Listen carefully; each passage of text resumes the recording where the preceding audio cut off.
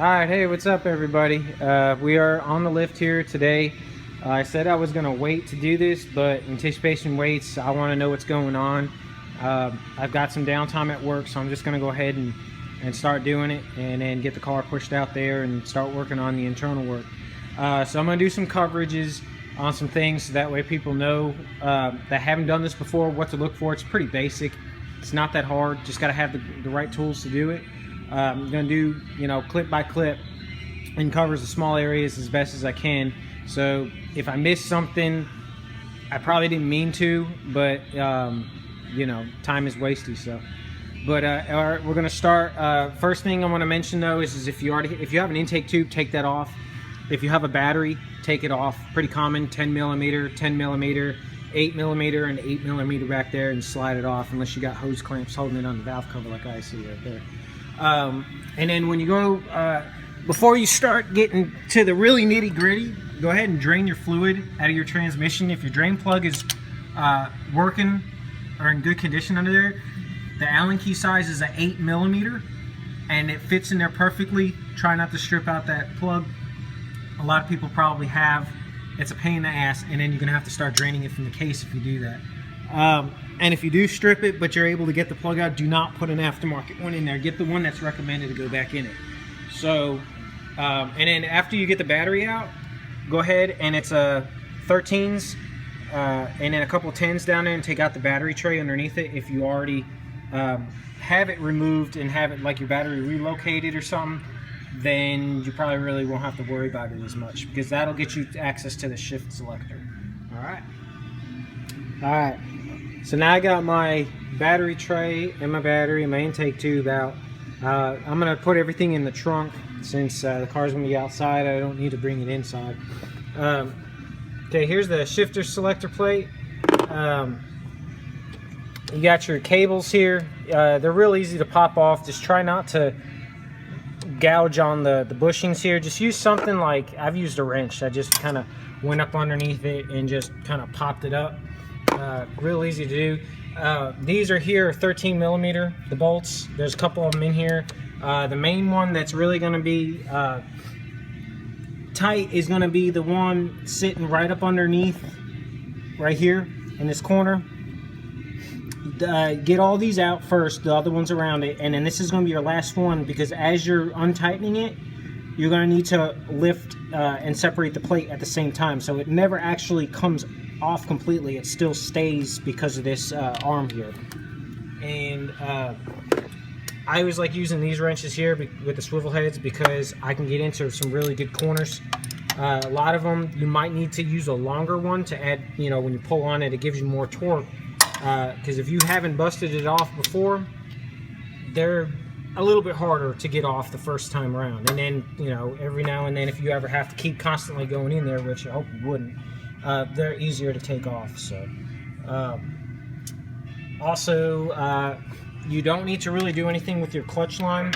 You just need to disconnect the reverse switch connector, which is actually on the other side. I'll show you that when I go to pull the wheel off. That'll be the next step. And then when you get your shifter selector plate up, just enough. You really don't have to have it completely out. It is a bit of a struggle because of the ABS unit right here.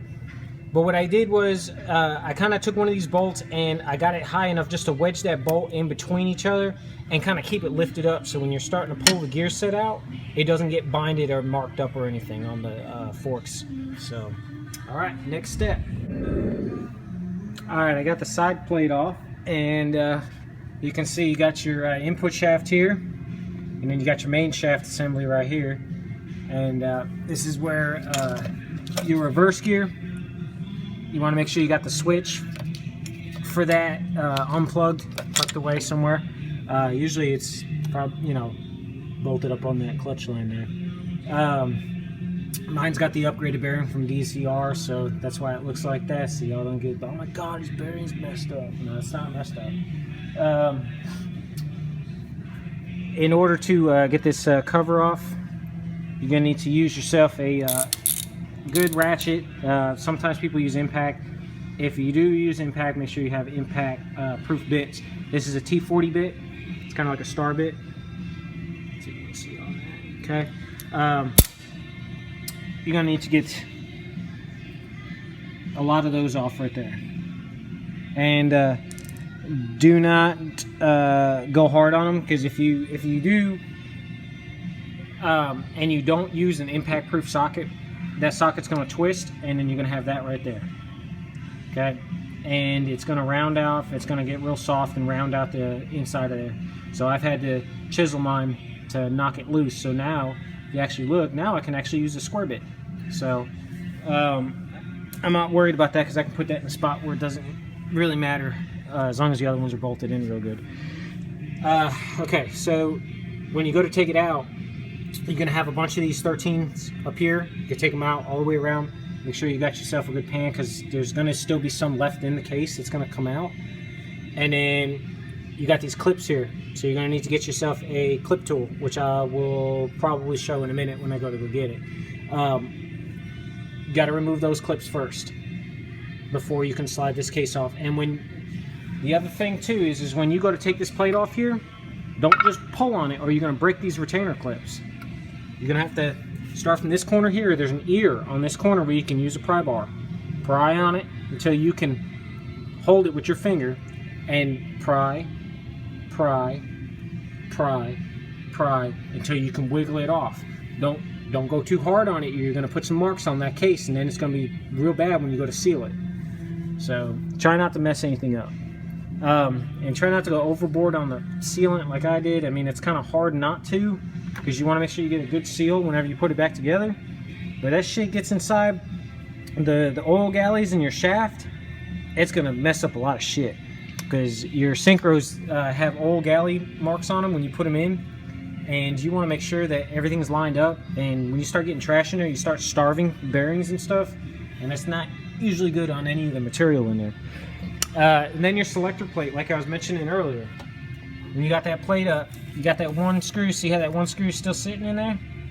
Okay, well that's pretty much what's, left.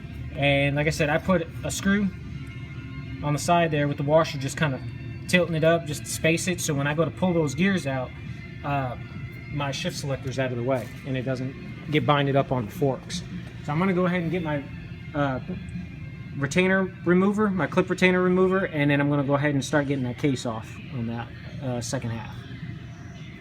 Alright guys, I got the second half of the case, draining the leftover oil before I go ahead and start separating it. As you can see, there's really not much in there left over, but it's just enough to make a pretty good mess. What you want to do, like I said, when you take those retainer clips off, which, damn, I just went and put that damn thing back, but your retainer clips, make sure you don't damage them when you get them out. You're going to need to use probably one of these little screwdrivers to help when you start spreading them. You kind of have to help get them out from behind the bearings. But you need to use a hammer whenever you get your second part. Don't wail on it, okay? But you can see where I was hitting it a couple times because I've separated it before. Just enough, and you start hearing it. It sounds pretty cool. It starts, going from high pitch and starts getting deeper and deeper and deeper as it's starting to spread before you can see it spread. And then when you get it just enough, I'd say, what, about a 16th, 18th, or 8th or 16th of an inch, just enough to get a screwdriver in there, I'd probably stop, let it drain, and then go ahead and slowly kind of try to wiggle it out.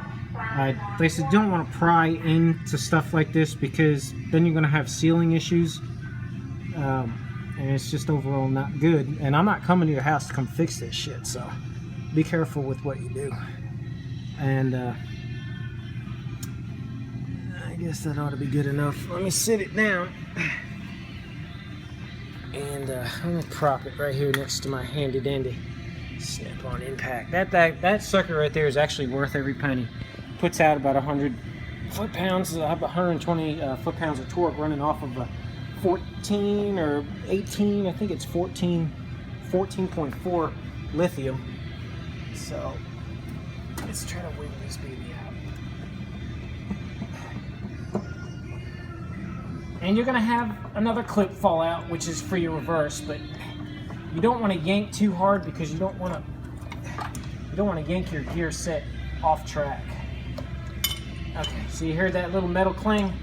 It's another retainer, and you got to be careful too, because here's the fill spout. Oh, it's making. I don't want to get it on me. Let's lay this rag down. It's got a fill spout connected to it, so that's another reason why you don't want to whale or yank on it too much. But let me wipe my hands real quick. And so here's that one retainer clip. Where's it at? There it is. I'm focusing on it. That you don't want to lose that, because that goes on your reverse gear. And when you do your reverse gear, you got this bolt. It's 14 back here. Take that bolt out, and when you put it back in, put a little bit of sealant back around that washer, so that way it doesn't leak. And what you're going to do is, when you take that bolt out, your reverse gear is going to be loose. Now, it's not going to come directly out because it's got the other gears over here. And what you're going to want to do is slowly pull this back, just enough to slide this pin and gear out. And then grab with both hands, and when you pull this assembly out, it's heavy. Be careful with it. Set it somewhere where it won't get damaged. Actually, while I'm filming, let me see if I can prop this up here. I'll show you all real quick. Let me get my 14 and fresh battery.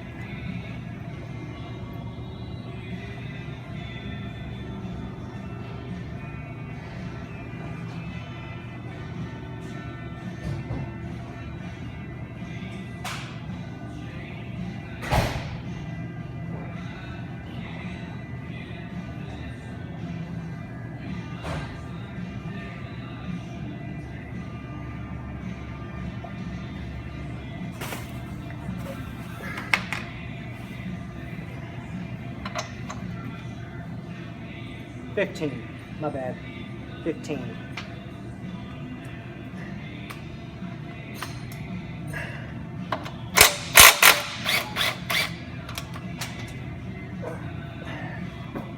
Oh. I hope y'all can see this, because I can't see what's on the other end of that camera.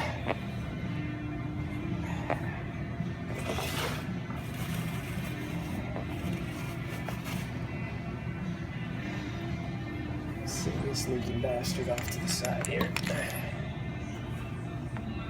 Oh boy, this is gonna be fucking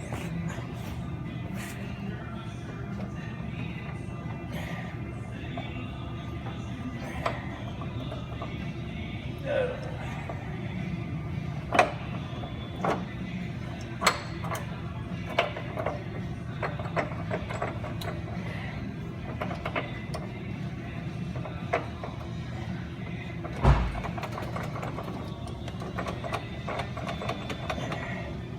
Usually I would do this with gloves, but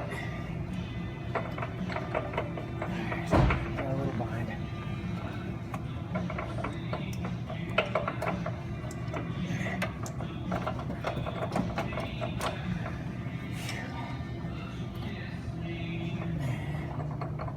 Oh boy. Shift selectors out of the way.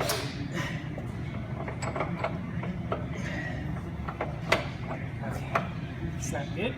You don't want to take it out like that, but sometimes you gotta do what you gotta do. It's your needle bearings for your reverse gear and another spacer. Keep that all together.